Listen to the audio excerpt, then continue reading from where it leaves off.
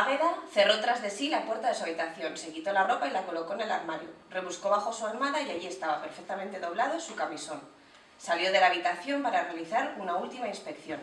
Las puertas estaban cerradas. En alguna de las habitaciones podían escucharse risotadas ahogadas, porque tras ellas se habían reunido algunas niñas. Lo dejó pasar. No hacía tanto, ella había sido también una niña revoltosa. Se paró frente a la habitación de Dorita, empujó hacia abajo de la manilla y la puerta se abrió. En el interior, Dorita dormía plácidamente. ¿Volvería esa noche a tener pesadillas? ¿Por qué extraño motivo aparecía constantemente en ellas? ¿Quién le diría a la niña que quería que se fueran?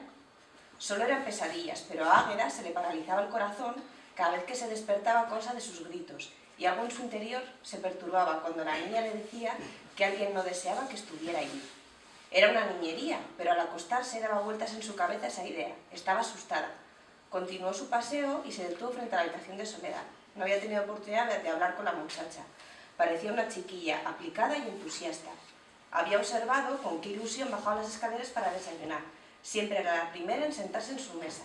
Ana María había sido cruel y conseguía que algunas de las niñas le dieran de lado. No era justo, pero los niños, y más los de alta alcurnia, tienden a ser crueles por naturaleza y desplazan al diferente. Quería hablar a solas con ella. Todavía no había encontrado el momento. Se propuso hacerlo al día siguiente. Se metió en el baño, comprobó que no había nadie y volvió a su habitación.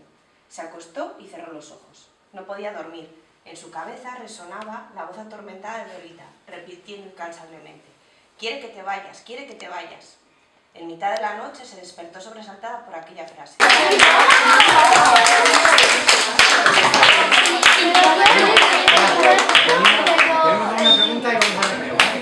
Dime.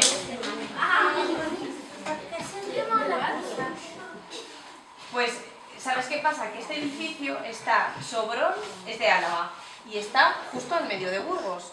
Total, que al final ese edificio ha pasado por un montón de manos. Pertenecía a Diputación Foral de Álava, luego lo cogió la Escuela Taller de Vitoria. Entonces, ni unos ni otros lo quisieron restaurar en condiciones.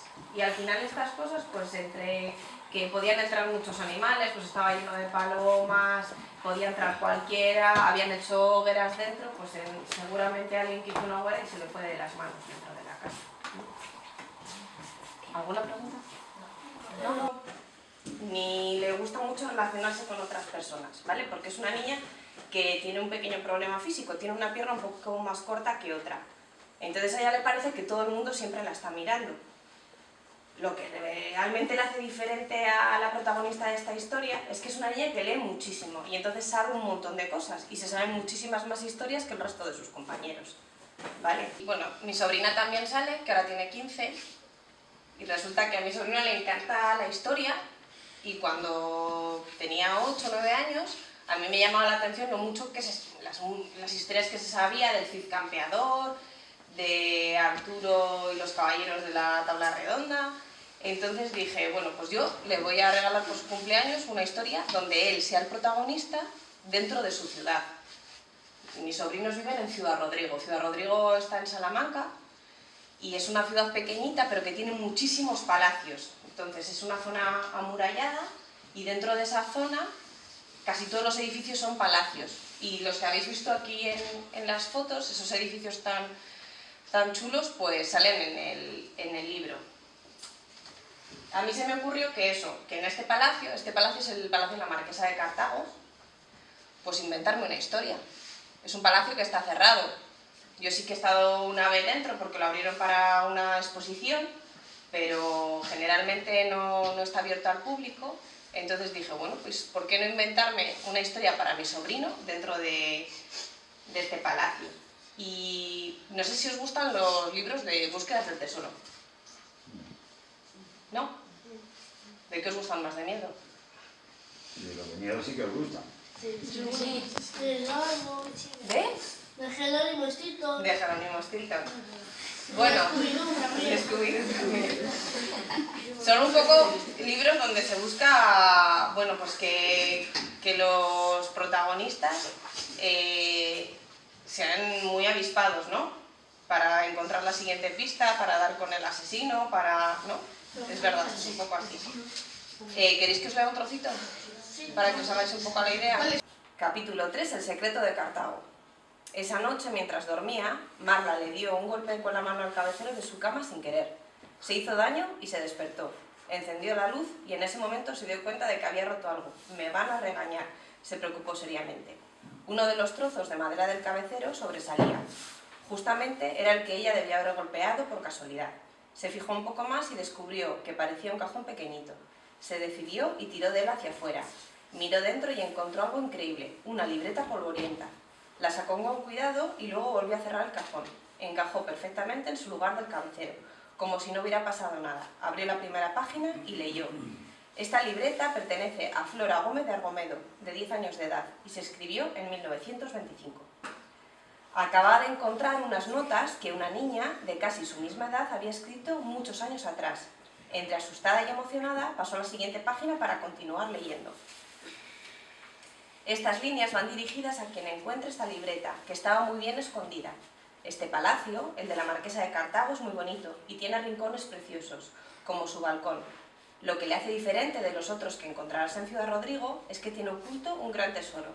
Solo alguien que ame profundamente los libros podrá dar con él. Yo lo descubrí porque me topé, sin pretenderlo, con una hoja escondida en un hueco de la pared de mi habitación. Alguien la guardó ahí cuando se terminó de construir el palacio en 1906.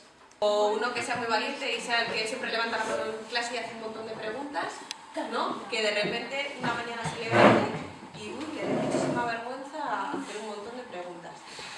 Para inventarse un personaje, en la cabeza tienes que tener muy claro cómo es esa persona, ¿vale?